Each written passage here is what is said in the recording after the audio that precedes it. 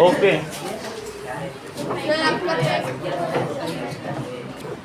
Rule book में, rule book कौन सी है? कॉन्स्टिट्यूशन, उसमें मेंशन है। सबके अपने अपने राइट्स हैं और वो कहाँ लिखे हुए हैं? Constitution. So these three are having their own rights which are mentioned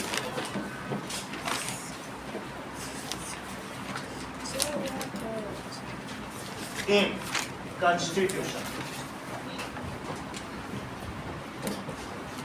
Our judiciary is independent, यानी किसी दूसरे पर डिपेंड नहीं है। Our judiciary is independent.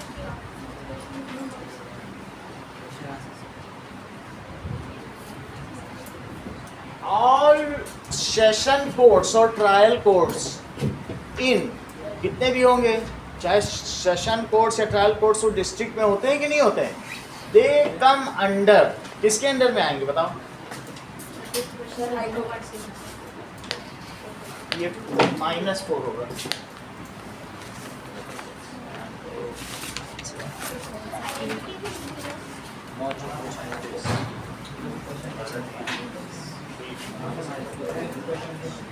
Identity नहीं लिखनी, आपको बस करना है।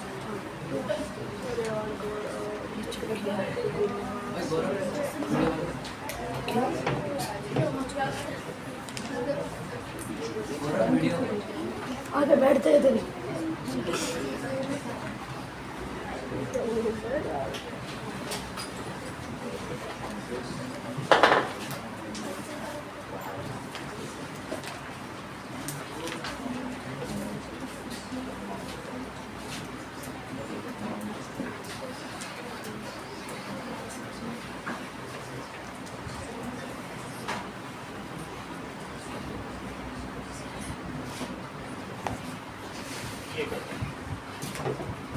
Okay, all trial courts या सेशन कोर्ट, ट्रायल कोर्ट या सेशन कोर्ट कहाँ आता है?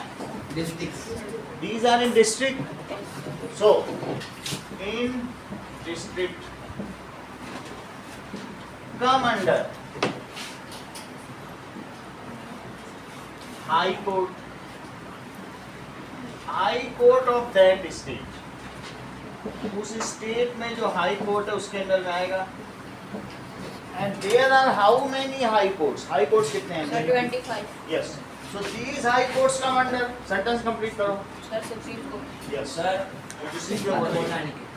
सर फोर्थ क्वेश्चन को रिमाइंडर से राइट करना है ताकि फिर 4 क्वेश्चन में डिवाइड करना है। तो लॉन्ग डिवीजन मेथड से पूरा सो these there are 25 high courts, 25 उच्च न्यायालय हैं which come under supreme court. Sir वो इन डिस्ट्रिक्ट लिखा हुआ है। हाँ, ये डिस्ट्रिक्ट में आते हैं, इनको सत्र न्यायालय कहते हैं। बोलो सेशन कोर्ट को क्या कहेंगे? सत्र न्यायालय। उसके बाद ये उच्च न्यायालय हुआ, और वो किसके अंदर में आएंगे? दैट इज सर्वोच्च न्यायालय, सुप्रीम कोर्ट, सर्वोच्च न्यायालय। ओके, अब देखिए, so this is the structure of supreme court. ये हमारे यहाँ जुडिशरी का स्ट्रक्चर है। क्या आप मुझे बता सकते हैं गौरव, ये जो डायग्राम दिया हुआ है ये किसका दिया हुआ है? ये वाला हाई कोर्ट ऑफ ये कहाँ का? मद्रास। मद्रास। मद्रास का हाई कोर्ट है। इसका मतलब है हाई कोर्ट इन मद्रास है। हाउएवर ये कोई भी जो हाई कोर्ट होता है वो उस स्टेट का होता है। तो पूरे तमिलनाडु में एक हाई कोर्ट होगा। In any state there is one high court. ऐसा भी हो सकता है अगर छोटे छोटे स्टेट्स हों तो 2-3 स्टेट का एक हाई कोर्ट हो सकता है, जैसे कि पंजाब और हरियाणा का सिंगल हाई कोर्ट है। सो any two or more small states may have a single high court.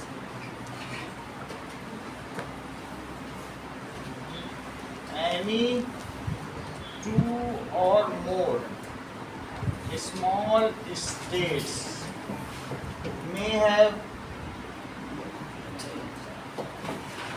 उनका सिंगल हाई कोर्ट होगा, one high court, may have one high court, they will share their high court. However, the larger states का क्या होगा? एक है So जो large states is having own high court, अपना अकेला हाई कोर्ट होगा, वन हाई कोर्ट है। आगे देखिए, हाई कोर्ट ऑफ पटना भी दिखाया गया है, हाई कोर्ट ऑफ कर्नाटका दिखाया गया है। These are the high courts. तो हर एक अलग अलग, कर्नाटक का, बिहार का और तमिलनाडु का तो अलग अलग हाई कोर्ट दिखाया गया। That is Aizawl branch of the Guwahati high court. तो गुवाहाटी का हाई कोर्ट है, लेकिन वो मिजोरम के लिए भी काम करता है। हाई कोर्ट गुवाहाटी का है and it is working for Mizoram. Now there is district court, कहीं कहीं पर जिला न्यायालय भी होता है, that is Namchi. South Sikkim में एक एक जिले में भी न्यायालय होता है, ठीक है, तो that is known as district court. छोटे छोटे में छोटा छोटा ऐसे एक जज या दो जज बैठेगा। What are the different branches of legal system? तो हमारे यहाँ the law comprises of, एक तो क्रिमिनल लॉ और दूसरा कौन सा होता है? Civil law. क्रिमिनल लॉ किस चीज को डील करता है? क्रिमिनल एक्टिविटीज को, जो भी क्राइम रिलेटेड एक्टिविटीज है, और वो फौजदारी अदालतें होती हैं, और कुछ होता है जो मॉनेटरी पैसे से संबंधित करेगा, तो उसे क्या कहेंगे? That is civil law.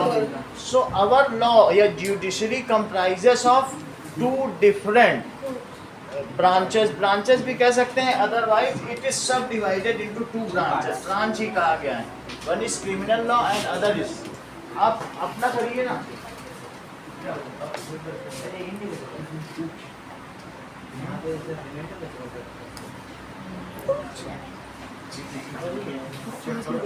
दिमाग कैसे खराब?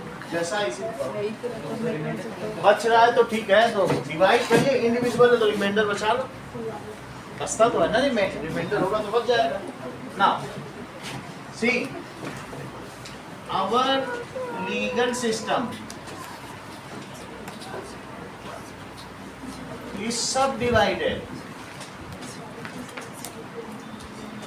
into, मंगल इसको बोलो, subdivided into Two parts. One is Two branches. Two branches. two branches. One is Criminal criminal law branch. Second is civil branch. and civil law. So उनके अलग अलग काम होते हैं। That is mentioned, देखो आपके बुक में लिखा हुआ है, ये टेबुलेट किया हुआ है कि इनके क्या क्या काम है।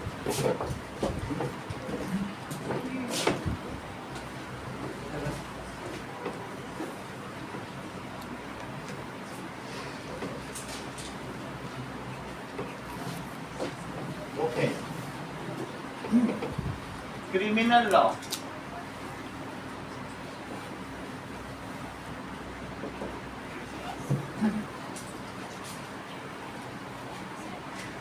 it deals with conducts or acts like harassing a woman, theft, dowry, murder, इन सब चीजों से डील करता है। ओके, तो कोई भी हम क्राइम करेंगे तो उसी से डील करेगा।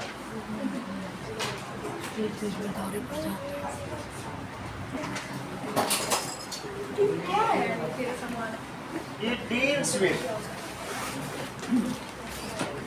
theft, मर्डर, डाउरी, इन सब से डील करेगा। ओके, एंड मॉलेस्टेशन, दहेज, मॉलेस्टेशन का मतलब है किसी स्त्री के ग्रेस को कम करना। उस अगर वो रास्ते पर चल रही है तो उस पर फप्तियाँ कसना, कमेंट पास करना, अगर ऐसा कुछ भी आप करते हैं जिससे उसका ग्रेस कम होगा तो उसे मॉलेस्टेशन माना जाएगा और इसमें भी सजा। ये करता है सर। नाउ इफ इसके साथ होता है। फिर ग्रेस मतलब ग्रेस का मतलब है जो उसका आदर है या सम्मान, क्योंकि हमारे यहाँ बोला जाता है यत्र नारीस्तु पूजते रमन्ते तत्र देवता। तो अगर उसका थोड़ा सा भी अगर आप सम्मान कम करते हैं या रास्ते में कमेंट पास करते हैं या सोचते हैं वो हमसे कमज़ोर है उसको दबा लो, क्योंकि ये हमारा मेल डोमिनेटिंग सोसाइटी है। यूरोप इससे ओवरकम कर चुका है लेकिन अभी इंडिया नहीं किया, क्योंकि इंडिया में शिक्षा कम है। सो इंडियंस को उतना शिक्षा होने पर that women's are at par with us, ये चीज़ समझना होगा। And in some cases the girls are not allowed to go to school और फॉर हायर एजुकेशन। तो इन सब चीज़ों को करने के लिए गवर्नमेंट ने एक उनके अधिकारों की रक्षा के लिए मॉलेस्टेशन का भी बनाया है। ये यूरोपियन कंट्रीज़ में नहीं है। There the girls are self independent and so powerful that they can protest.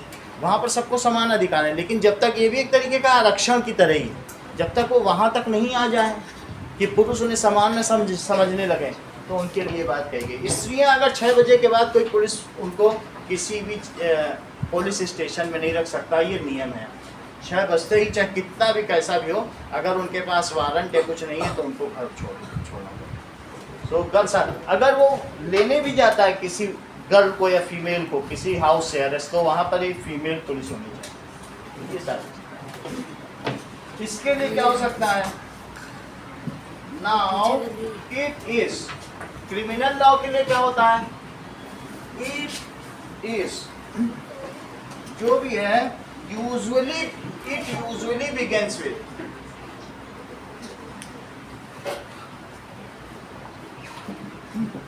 Okay lodging A complaint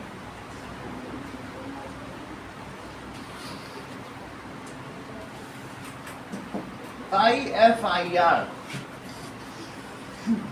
FIR पहले हमें उसके लिए फाइल करना होगा, that is first information. Sir वो क्या लिखा हुआ है? सर यूजुअली बिगिंस के बाद यहाँ पे सर थर्ड लाइन का फर्स्ट वर्ड इट यूजुअली नीचे। Begins with lodging lodging. a complaint with first information report।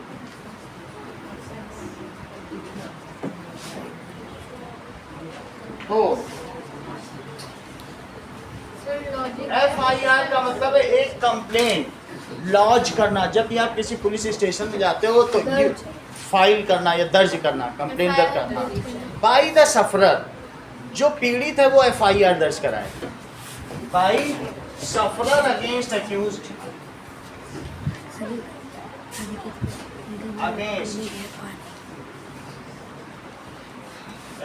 accused के अगेंस्ट में कराया जाएगा। एंड नाउ FIR के फुल फॉर्म के बाद फर्स्ट इंफॉर्मेशन रिपोर्ट। ठीक है। अब now police investigate on the basis of FIR and if accused is found guilty। हाँ ओके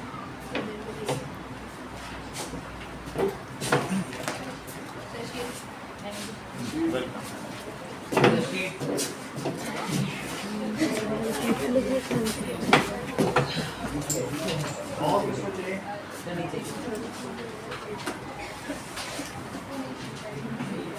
सर ये क्या लिखा हुआ है? Accused.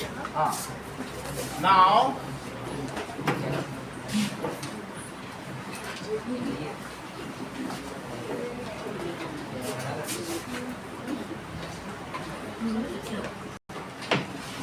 police now investigates। Complaint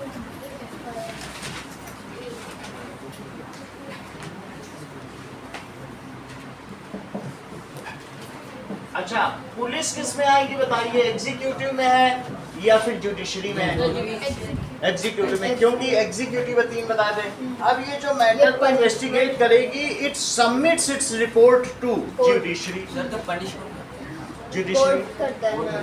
यानी इसमें एग्जीक्यूटिव और जुडिशरी इन्वॉल्व है, ठीक है। इन्वेस्टिगेट एंड उसको कहाँ सबमिट करेगी? कोर्ट। सबमिट द जो फाइंडिंग्स होती है इन्वेस्टिगेशन से क्या पता चलता है? फाइंडिंग्स इनटू कौन से कोर्ट में बोलो? क्रिमिनल कोर्ट में। हाँ बोलो। ओके, नाउ इसको फाइंडिंग्स क्या करेगी?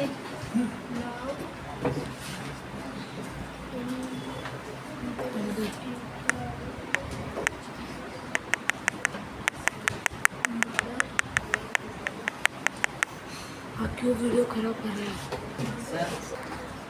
क्रिमिनल क्रिमिनल कोर्ट, पुलिस ने इन्वेस्टिगेट किया, पुलिस कार्यपालिका में है, उसने सब कुछ पता लगाया, भाई ये गलती है, भाई ये गड़बड़ी है, ठीक है कि नहीं? और फाइंडिंग्स इनटू सर ये एफआईआर में टाइम भी मेंशन करते हैं क्या? सब कुछ मेंशन किया जाएगा। फिर कहाँ से होगा? क्रिमिनल कोर्ट में करा जाएगा। इफ फाइंड, अगर गिल्टी पाया गया, then that person may be jailed, और सम उसके ऊपर क्या हो सकता है?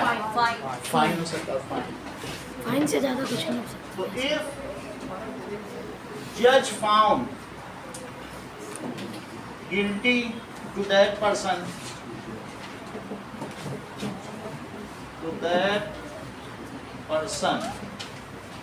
may be sent jail or fined.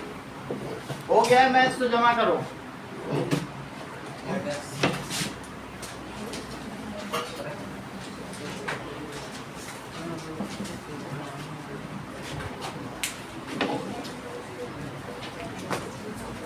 Civil code. अब देखिए फिर क्या होगा? Court gives the specific relief, तो इसमें कोर्ट क्या करेगा? That is now court gives a decision on it. इसके लिए बस डिसीजन दिया जाता है कि ठीक है आप इनको इतना रेंट पे करो, ये सब है। दिस डिसीजन तुम नहीं कर रहे थे, दिखाई नहीं पड़ता क्या? कर तो दिया।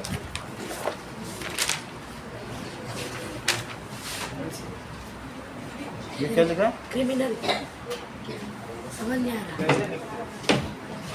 ओके, ये हो गया, ये पोर्शन हो गया। सर एक 2 बार आ गया court. Sir third question is कि हमारी पेपर और पेंसिल नहीं माउंटेन एक मिनट, रिवर्स होना चाहिए। माउंटेन का नहीं, क्या क्वेश्चन है? सर वहाँ पे कोड दो मैं चेक करता हूँ।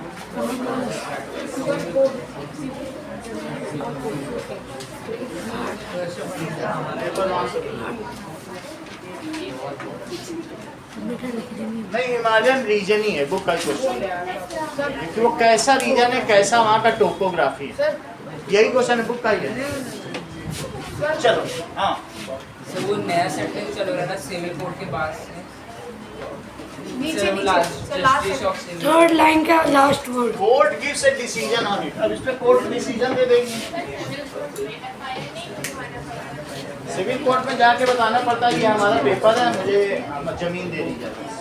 सर जमीन के लिए तो उसमें जमींदार को भी मतलब इन्वॉल्व होना पड़ता है। सर कोई एक पार्टी दे सकती है। सुनो इस बात को, बात नहीं करो प्रद्युम्न, डिस्टर्ब नहीं करो बेटा, अपना करिए। रोहन 2 क्लास में बात नहीं करो, बात करने से ठीक नहीं है। सी दैट अगर मान लीजिए आपको कोई प्रॉब्लम है, आप जाके वहाँ पेटिशन डालोगे, पेटिशन डालने के बाद वो जो कोर्ट है वो नोटिस भेजेगा। It sends notice to other party, come in court and show your papers. If you are not coming, I will give your land to him or her. तुमको जाना पड़ेगा, जब कोर्ट नोटिस देगी ना, इसने तुम्हारे अगेंस्ट में कुछ केस फाइल किया है तो कोर्ट तुमको बुलाएगा। You also come. दोनों पक्ष आ गए, दोनों को सुनेगा, दोनों के पेपर्स देखेगा, और उसके बाद आप कहोगे कि सर हम तो इतने गरीब हैं और हम तो इसमें केस नहीं लड़ सकते, तो आपको गवर्नमेंट सरकारी वकील दिया जाएगा।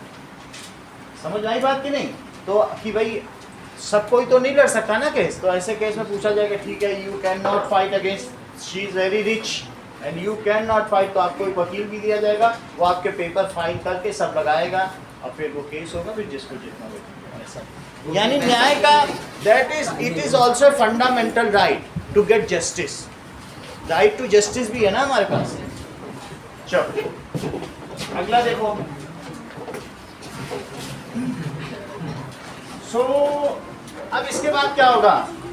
इन this case when petition is filed, government send notice to other party comes and files the documents. On the basis of documents court gives decision. इतना रिपीट करो. बोलो. तभी तो आजकल डाउन हो रहे हो. ठीक है. अब देखो, वो तो ठीक है, उसका समझ में आता है, वो 69 नंबर लाई है, वो तो कम ही लाती. तुम क्यों नहीं बता? चलो अब मैं लिखता हूँ. That is on the basis of petition. On the basis of petition, जो याचिका दायर की गई है, on the basis of petition ये court sends notice to other party. To other party. Court sends. Sir अगर जिसको भेजा जो दूसरी पार्टी है, अगर उसने साइन नहीं किया तो नहीं, उसे आना पड़ेगा. 3 नोटिस दिए जाएंगे. लैंड नहीं आया तो फिर वो तो लैंड, फिर उसके बाद वो लैंड दे दिया. फिर उसके बाद एक बार न्यूज़पेपर में निकाला जाएगा इश्तेहार कि तुम जहाँ कहीं भी हो, एक प्रोमिनेंट न्यूज़पेपर में, दैनिक जागरण या अमर उजाला में निकाल दिया जाएगा कि आप कोई आखिरी संदेश. ऐसा हमेशा होता है, एक अलग कॉलम ही आता है. तो वो चीज़ की जाएगी, भाई ठीक है, तुम्हारे घर में हो सकता है कोई तुम्हारा नोटिस ले लेता हो, तो वो भी एक मेथड है. वो उसमें भी नहीं है तो फिर लैंड दे देते हैं. तो फिर तुम बाद में आते रहो कि सर मुझे तो नोटिस नहीं मिला, मुझे देखो अमर उजाला हम गरीब हैं, 2.5 रुपये का पेपर कहाँ खरीद पाएंगे, सब बताना पड़ता है. फिर चलाते रहो लंबा केस, तब तक उसको मिल चुका है. जीत गए तो जीत गए. ये चीज़ें टू अदर पार्टी फिर क्या करेगी? प्रेजेंट्स, ये सबमिट्स, वो सबमिट करेगी अपने documents. It's documents in court on basis of documents. जो जस्टिस है वो अपना निर्णय दे देगा. ऑन बेसिस ऑफ दस्तावेज. दस्तावेज तो जानते हो ना. On basis of documents court gives its decision. वो अपना डिसीजन देंगे. अब आगे देखिए, नीचे एक टेबल दी है. A group of girls, Mangal Pandey, are that is persistently harassed by a group of boys while walking to school.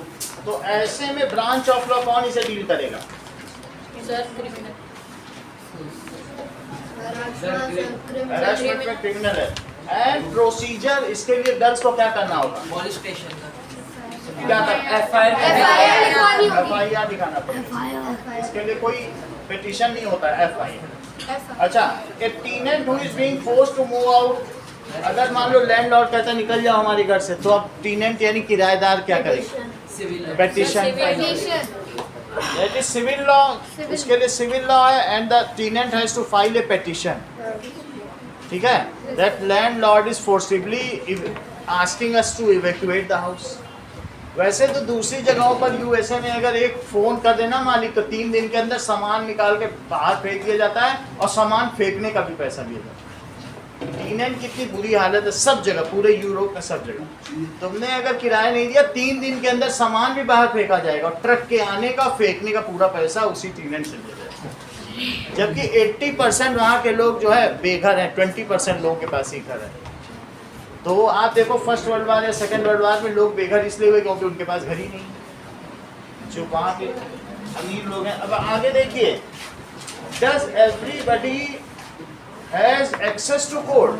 कुछ लोग क्या हैं, किसान हैं, कुछ गरीब हैं. आप देखो क्या इन लोगों के पास कोर्ट जाने के लिए पैसा होगा?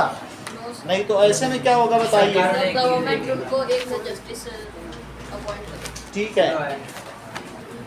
Now what does it mean bye PIL? बोलो. पब्लिक इंटरेस्ट हाँ ये चीज अब समझो TIL के बारे में।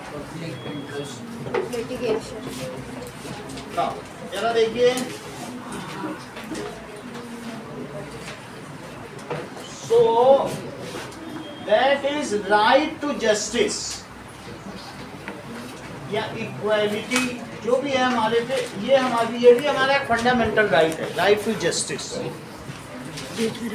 Right to justice is our also our basic right.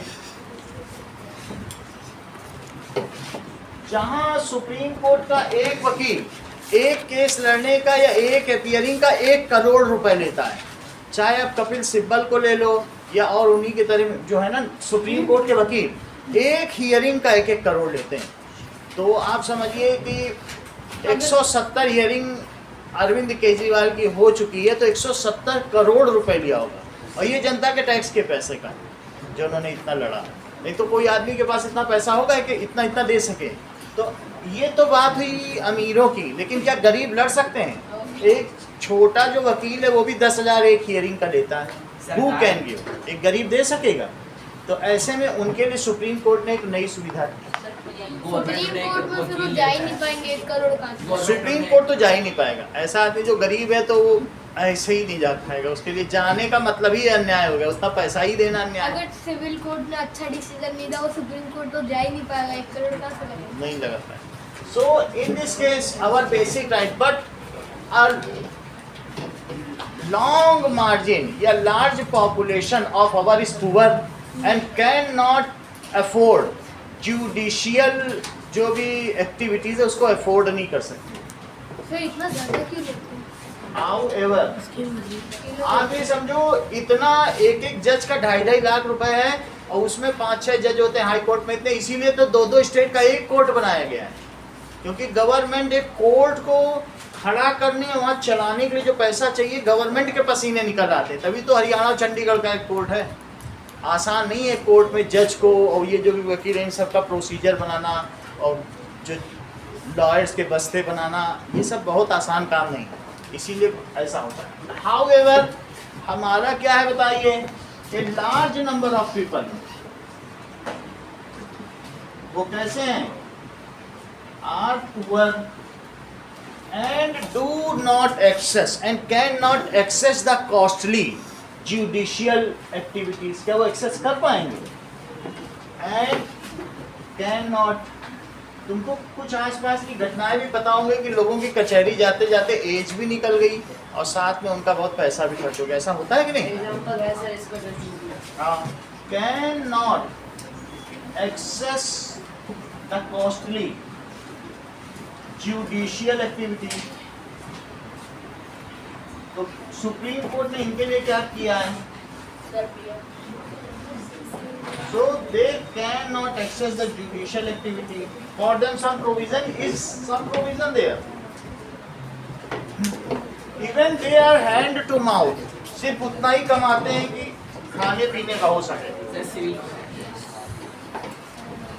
Okay? Sir civil court में सुप्रीम कोर्ट है, इनमें सबसे कम कितना ही लेते होंगे जो एक हियरिंग? 1 करोड़ तो ऐसा ही होता है, 80,000 1 करोड़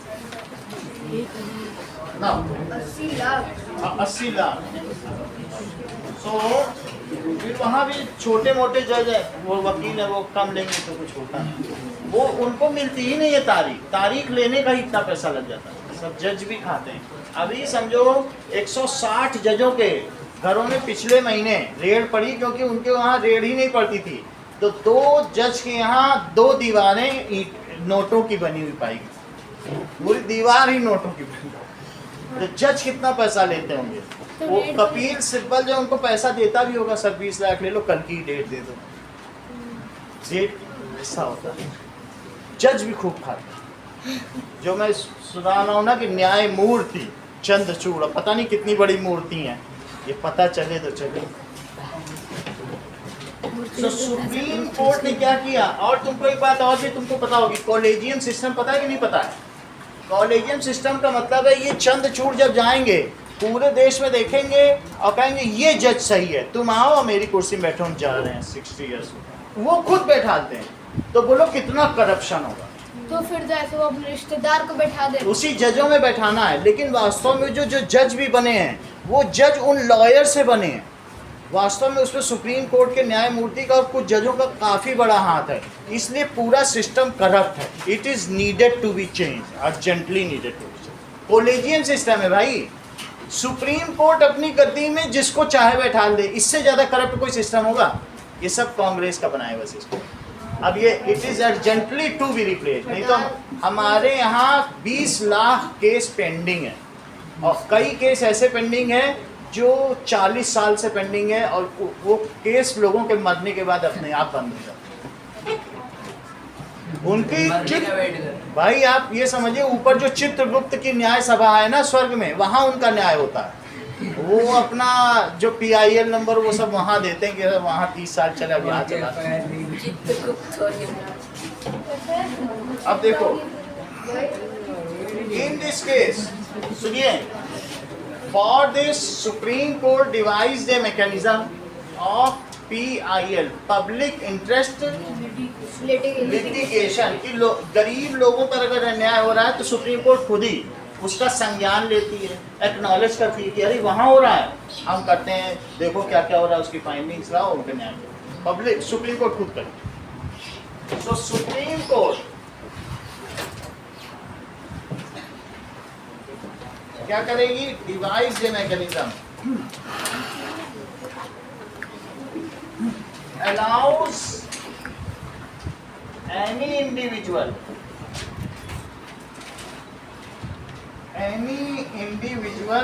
to file PIL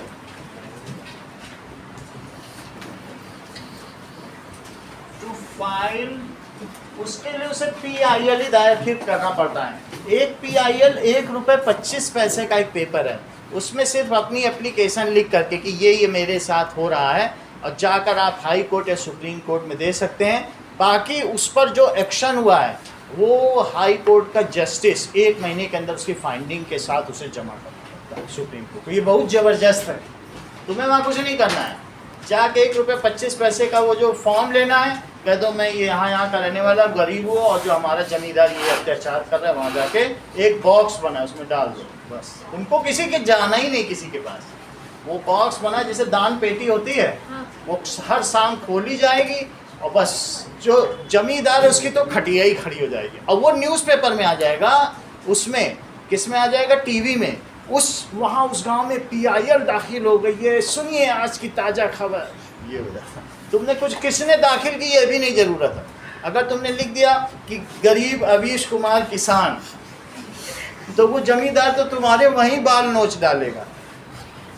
तो इसलिए तुम्हें भी नहीं डालना है, ये लिखना एक गरीब किसान बस, और कातिल जमींदार मंगल पांडे इतना लिख देना।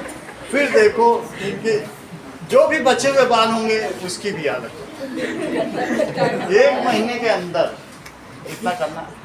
ये हमसे मेरी फसलें खराब हो गई, फिर भी ये हमसे जो है इसका रेवेन्यू ले रहे हैं, लगान ले रहे हैं, ऐसे लिख देना। उसमें जो पिक्चर बनेगी लगान, उसमें तुम ही हीरो हो। हाँ, इसके लिए क्या किया जा सकता है? Now anybody can file public interest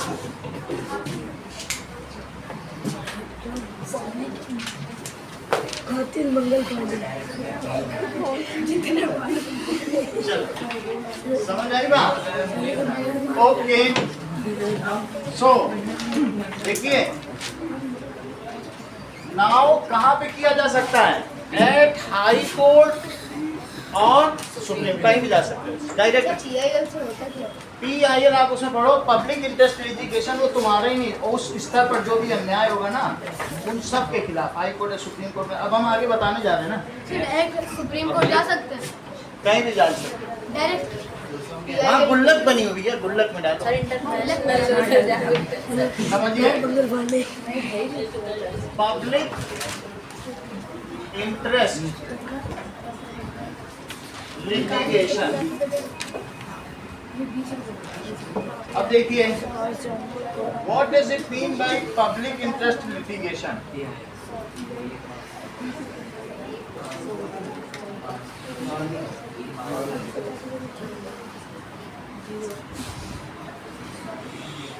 public interest litigation Hindi meaning. देखो तुम लोगों ने कई बार पढ़ा होगा जनहित याचिका। जनहित याचिका मतलब ऐसी कोई बात, सुनिए इस बात को, any lawyer also can file PIL। वो लॉयर फेमस हो जाएगा कि हाँ वो देखेगा वहाँ गरीब किसानों के लिए ऐसा करा, वो PIL डाल देगा, तो वो अब सुप्रीम कोर्ट उसके साथ बहस करेगा और जो करना होगा। अगर ये जीत गया और लोगों का भला कर दिया, ये रातों रात नेता बन जाएगा, कॉल लीडरशिप, क्योंकि PIL है, लोगों का प्यारा हो जाएगा। समझ आएगी नहीं? जनहित याचिका। तो बहुत सारे वकील बहुत सारे PIL फाइल करते हैं, ये देख देख के कहाँ कहाँ क्या हो रहा है, जिससे लोगों को न्याय दिलाए। तो सर इसको पैसे नहीं मिलेंगे? कुछ पैसे नहीं मिलेंगे, लेकिन ये मीडिया में इतना पॉपुलर हो जाएगा। एक भी PIL में जीता तो ये फिर अगली बार से जो इससे केस लड़वाएगा वो ये 80 लाख 90 लाख रहेगा। एक भी PIL में जीत गया, बात समझाई?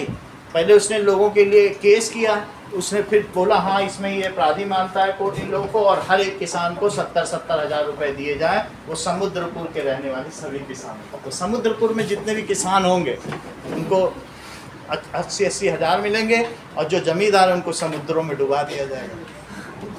ये होगा, बोलो बात समझ आ गई? सो PIL फाइल किया जाएगा, फिर क्या होगा बोलिए ना? कहाँ कहाँ पर? इन सुप्रीम कोर्ट और हाई कोर्ट या सुप्रीम कोर्ट। अब आगे देखो, डिस्ट्रिक्ट कोर्ट छोटे स्तर का है, तब तक उसके साथ अन्याय हो चुका होगा, इतना टाइम नहीं देती, ये बहुत सेंसिटिव मैटर है। Legal process is truly simplified even letter और टेलीग्राम एड्रेस। ऐसा भी हो चुका है कि बहुत सारे तुम लोग के फादर्स भी जानते होंगे कि ऐसी न्याय योजना चली, पोर्टल बना हुआ है, that is justice portal. Justice portal में आधार कार्ड नंबर डालो, अपना नाम डालो, किसने तुम्हें परेशान किया है वो डालो, और सारा अपना लेकर उसमें बस मेल कर दो। 15 दिन के अंदर तुमको उसका न्याय मिल जाएगा, तुम्हें 1 रुपये नहीं खर्च करना है, बस जो व्हाट्सएप का मैसेज का जो पैसा लगेगा उतना। आजकल इतना न्याय हो गया है, एक हमें बता रहे थे, हमारे ही साथी थे, कि उनके यहाँ ग्राम प्रधान बोला था तुम्हारे घर तक खंभा लाने का, 8 किलोमीटर दूर थी बिजली, उसने कहा 15,000 दो, तुम्हारे हम खंभा ले आएंगे, बिजली लगा देंगे। उसने बोला हमारे यहाँ का ये पटवारी है, हमसे इतना पैसा मांग रहा है 15,000 और खंभा लगाने का। वो ये जब उसने सिर्फ मेल किया व्हाट्सएप पे, उसमें सिर्फ है जस्टिस इन इंडिया, उसमें जाके अपना नाम लिखो, पटवारी का नाम लिखो और कितना ये हो रहा है, क्या दिक्कत हो रही। अगले 3 दिन के अंदर खंभा लग गया। वो बोला अरे आपने तो बहुत अच्छा करा, बोला चाय पीजिए, बोला बाबूजी चाय मत पिलाओ, कुछ भी मत, पानी भी मत पिलाओ। किसी को पता चल गया चाय पिया तो हमारी नौकरी और चली जाएगी। वो सब कुछ किया, उससे अच्छा खंभा 3 दिन में लगा के गया, 1 रुपये लेके नहीं दिया। तो ये इतना स्ट्रॉन्ग जस्टिस हो गया है, जिसको आजकल इंटरनेट का पावर पता है, उसको जस्टिस के लिए दौड़ने की, चप्पल घिसने की भी जरूरत नहीं, घर बैठे हुए ऐसा। जिनको नहीं पता हो जाते हैं कोर्ट। आप ये समझिए हमारे घर के बगल की बात है, वो एक लेडीज ने अपने छत से एक आदमी पे कूड़ा फेंक दिया, और उस लड़के ने उस लेडीज को बुरा भला कह दिया। हमने जो इंडिया की वुमेन वेलफेयर जो एसोसिएशन है ना, जो यहाँ की, उसमें बोल दिया, तो वहाँ मैसेज आ गया कि उसका सारा डिटेल दो। समझो वो आगे चलकर कोई फॉर्म नहीं भर सकता, कोई नौकरी नहीं ले सकता, कोई कुछ नहीं कर सकता, और उस लेडी ने सिर्फ कूड़ा ही फेंका था, उसके लिए उसने इतना उसको बोला, इतना गलत किया, कितना गलत है। तो ऐसा है, इतनी पावर है। अगर आप कर दो तो जो भारत का जो वुमेन का एसोसिएशन है ना, वो उसमें फाइल कर देगी, एंडोर्स कर देगी, आधार कार्ड के साथ टैग कर देगी कि इसने एक औरत को बोला कि क्या तुम्हें दिखाई नहीं देता, इतना बोल दिया उसने उसे, सर ये सब उसको नौकरी फिर कभी नहीं मिलेगी, क्योंकि सर कचरा तो उसने फेंका था। अच्छा तो वो ये बोल सकता था धन्य हो देवी, आज तो मैं धन्य हो गया। तो सर ये तो लड़कों के लिए नहीं तब भी कर देगी फाइल, इतना ही है बस, आज के लिए इतना ही है।